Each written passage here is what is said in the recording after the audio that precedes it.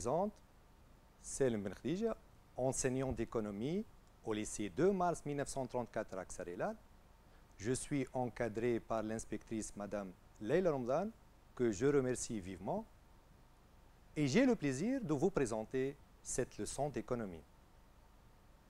Donc la séance d'aujourd'hui entre dans le cadre de l'étude de la première partie de notre programme d'économie, à savoir la croissance économique et ses facteurs. Dans la séance dernière, vous avez commencé l'étude de la première section du deuxième chapitre qui s'intitule « La contribution du travail à la croissance économique ». Dans la séance d'aujourd'hui, on va poursuivre et terminer l'étude de cette section à travers l'étude de l'importance qualitative du travail dans la croissance économique. Rappelons d'abord que le travail possède deux aspects.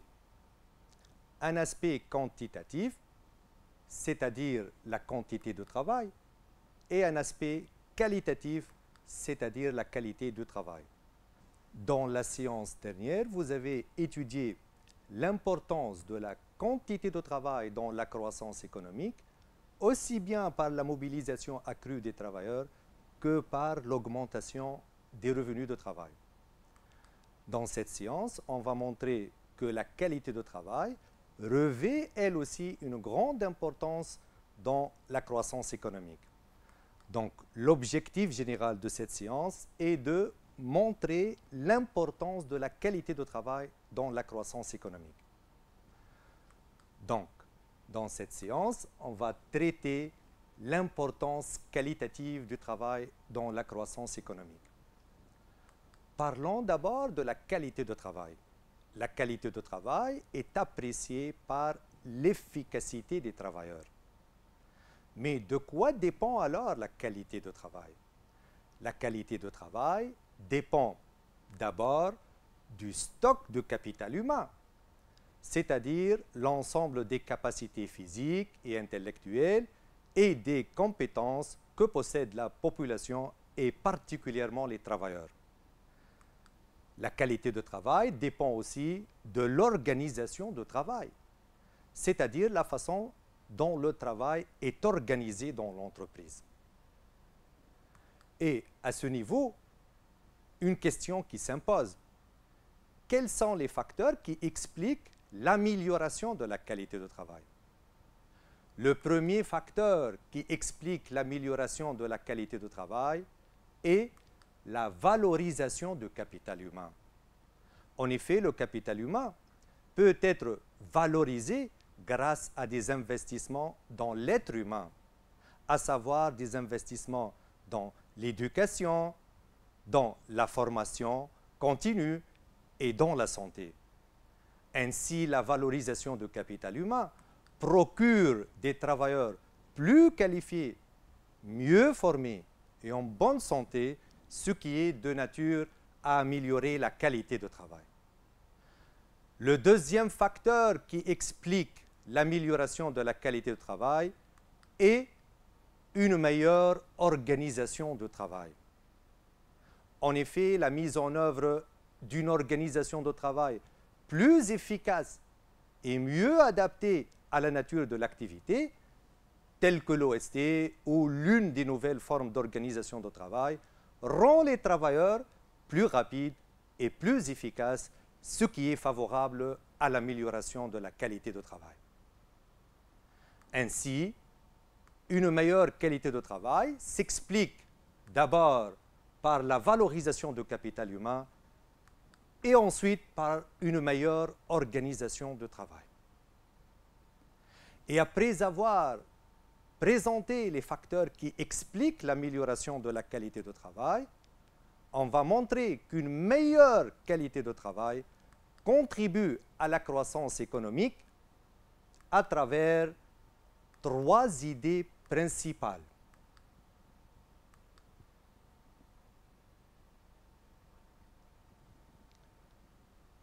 Commençons d'abord par la première idée qui montre l'importance de la qualité de travail dans la croissance économique. Donc, une meilleure qualité de travail contribue à la croissance économique par l'amélioration de l'efficacité productive de travail. Donc, la première idée qu'on va traiter est par l'amélioration de l'efficacité productive du travail.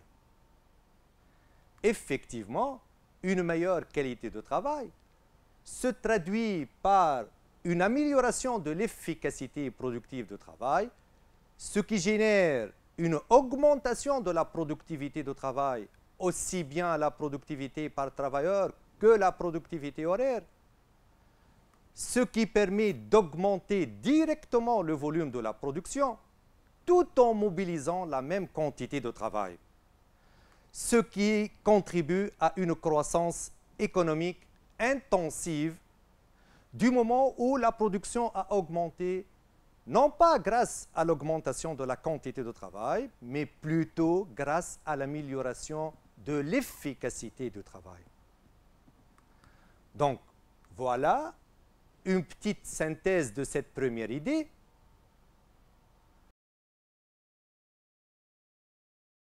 De retour à notre tableau récapitulatif, on va remplir la première case qui correspond à la première idée. Donc, une meilleure qualité de travail se traduit par l'amélioration de l'efficacité productive de travail qui génère directement la hausse de la production, ce qui contribue à une croissance économique intensive. Il nous reste alors deux idées à expliquer pour montrer qu'une meilleure qualité de travail contribue à la croissance économique. Passons à la deuxième idée qui montre l'importance de la qualité de travail dans la croissance économique. Donc, une meilleure qualité de travail contribue à la croissance économique par les revenus issus de la répartition des gains de productivité. Donc, la deuxième idée qu'on va développer est par les revenus issus de la répartition des gains de productivité. Commençons d'abord par l'explication du terme « issu ».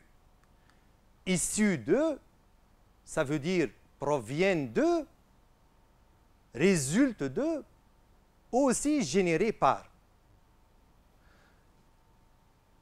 D'abord, on va identifier les gains de productivité. Donc, les gains de productivité sont définis comme étant l'augmentation de la productivité des facteurs de production pendant une période donnée.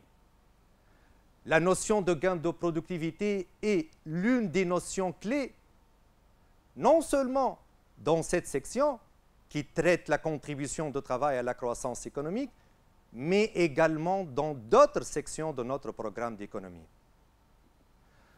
Donc, toute augmentation de la productivité des facteurs de production, que ce soit le facteur travail ou le facteur capital, permet à l'entreprise de gagner en termes de productivité, ce qui génère des gains de productivité.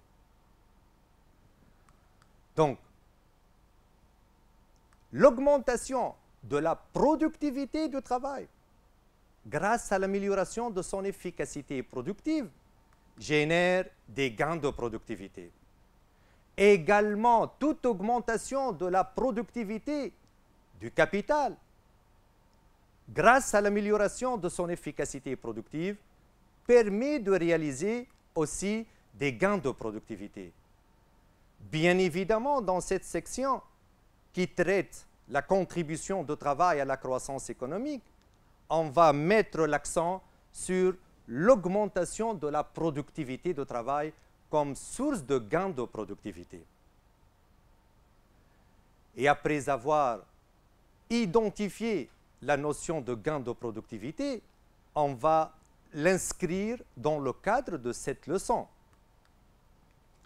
Donc, une meilleure qualité de travail favorise l'amélioration de l'efficacité productive de travail, ce qui génère une augmentation de la productivité de travail, permettant ainsi de réaliser des gains de productivité. les gains de productivité se traduisent par des revenus supplémentaires réalisés par l'entreprise qui peuvent être répartis entre plusieurs bénéficiaires. Et à ce niveau, on va parler de la répartition des gains de productivité et des bénéficiaires de celle-ci. Ainsi, une meilleure qualité de travail génère l'augmentation de la productivité du travail, ce qui permet de réaliser des gains de productivité. La répartition des gains de productivité se traduit par la baisse des prix pour les clients et aussi la hausse des revenus pour certains bénéficiaires qu'on va les présenter par la suite. Donc, la répartition des gains de productivité profite aux clients sous forme de baisse des prix qui stimule la hausse de leur pouvoir d'achat et dynamise par conséquence la consommation, ce qui contribue à la croissance économique. D'autre part, la répartition des gains de productivité favorise la hausse des revenus, d'abord pour les salariés sous forme de hausse des salaires, qui permet d'augmenter leur pouvoir d'achat et stimule la consommation favorable à la croissance économique. Ensuite, la hausse des revenus issus de la répartition des gains de productivité profite à l'entreprise sous forme de hausse de ses bénéfices, permettant d'augmenter d'une part la hausse des dividendes pour les actionnaires, qui stimule la consommation favorable à la croissance économique. De même, la hausse des bénéfices pour l'entreprise favorise l'augmentation de ses bénéfices non distribués qui améliore sa capacité d'autofinancement permettant d'augmenter les investissements de l'entreprise qui contribuent à la croissance économique. Enfin, la hausse du revenu issue de la répartition des gains de productivité profite à l'État sous forme de hausse des recettes fiscales, surtout qui proviennent de la hausse des salaires pour les salariés et la hausse des bénéfices pour l'entreprise. La hausse des recettes fiscales pour l'État permet d'augmenter les dépenses publiques qui se traduisent par la hausse des investissements publics, permettant ainsi de réaliser une croissance économique.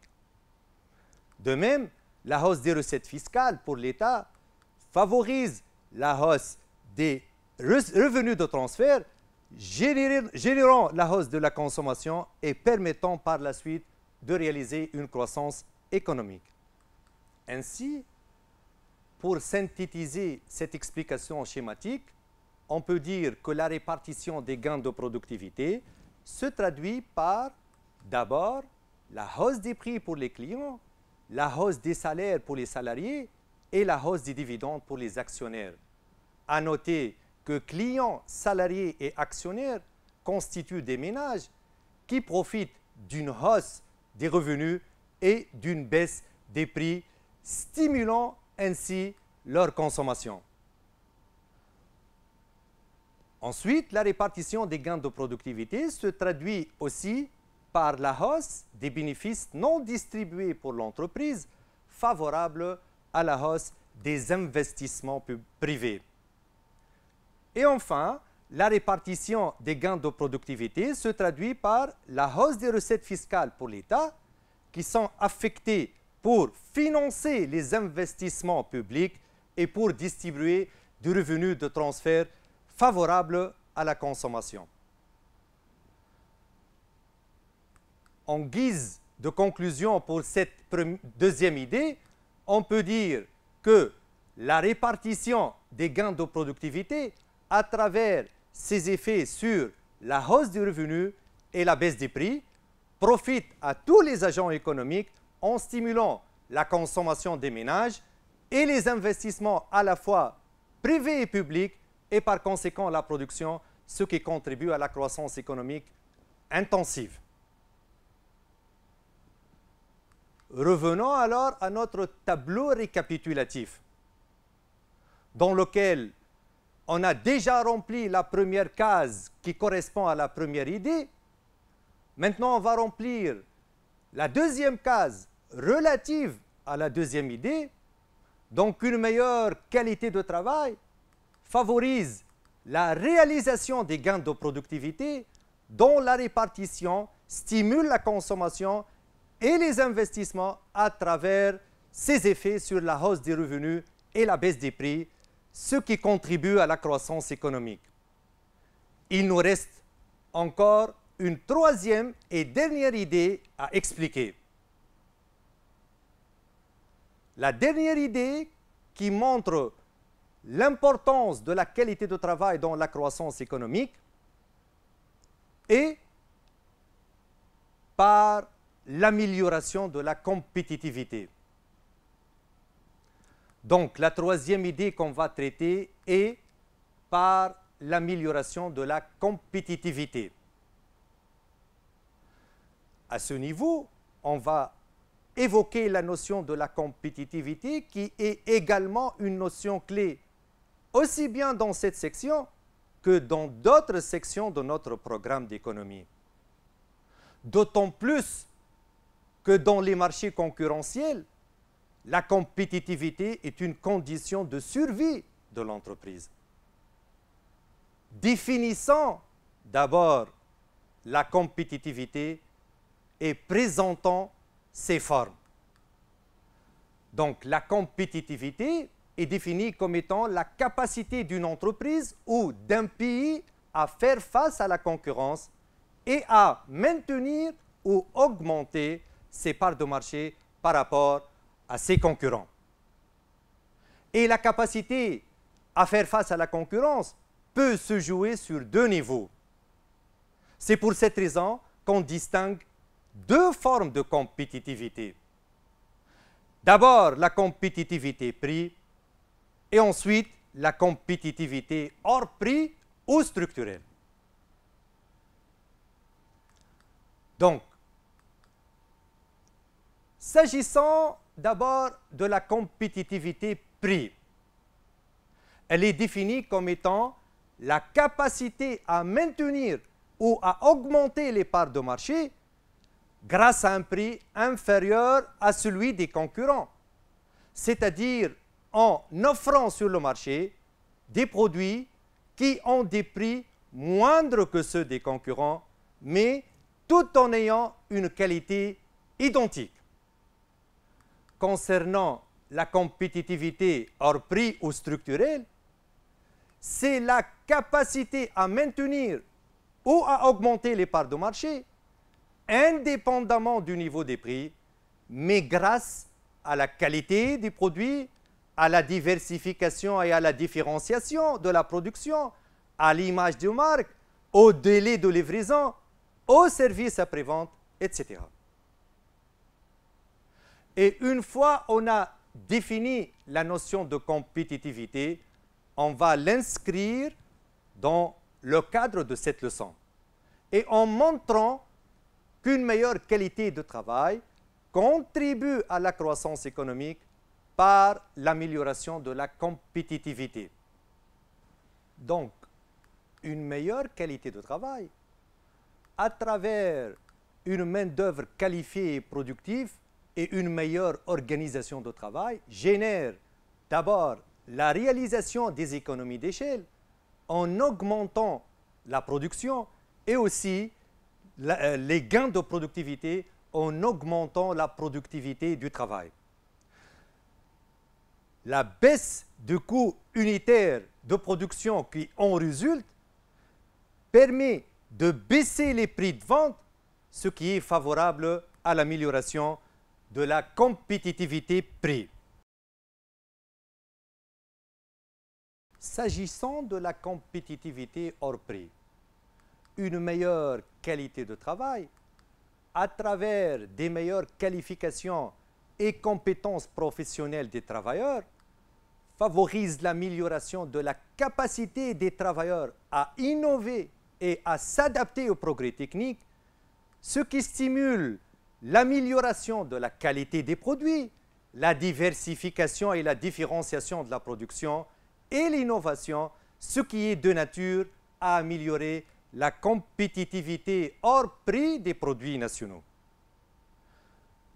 Donc, je vous laisse le soin de visualiser la synthèse de cette idée et après avoir montré qu'une meilleure qualité de travail favorise l'amélioration de la compétitivité prix et hors prix des produits nationaux, on va montrer que cette dernière aboutit à la croissance économique.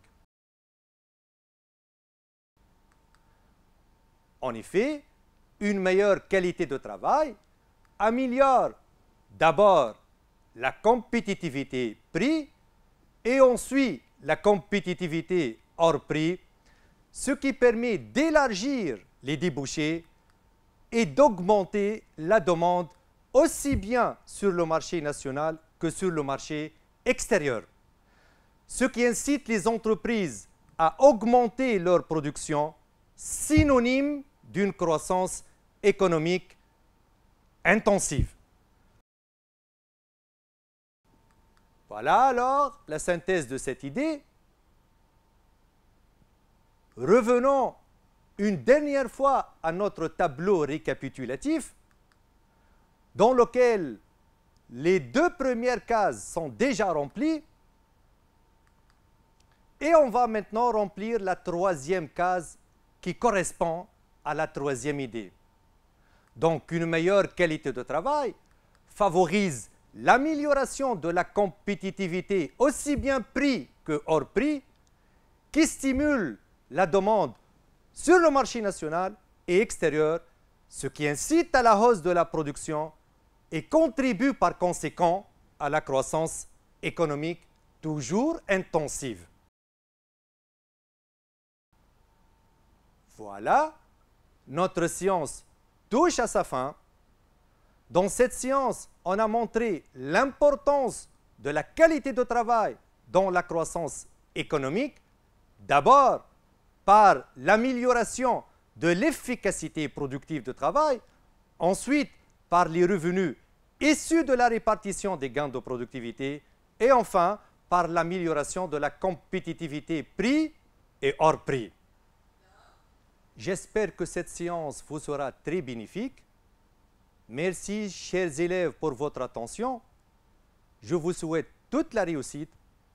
Je tiens également à remercier tous nos inspecteurs et nos inspectrices, ainsi que tous mes collègues d'économie pour leurs efforts déployés. Au revoir.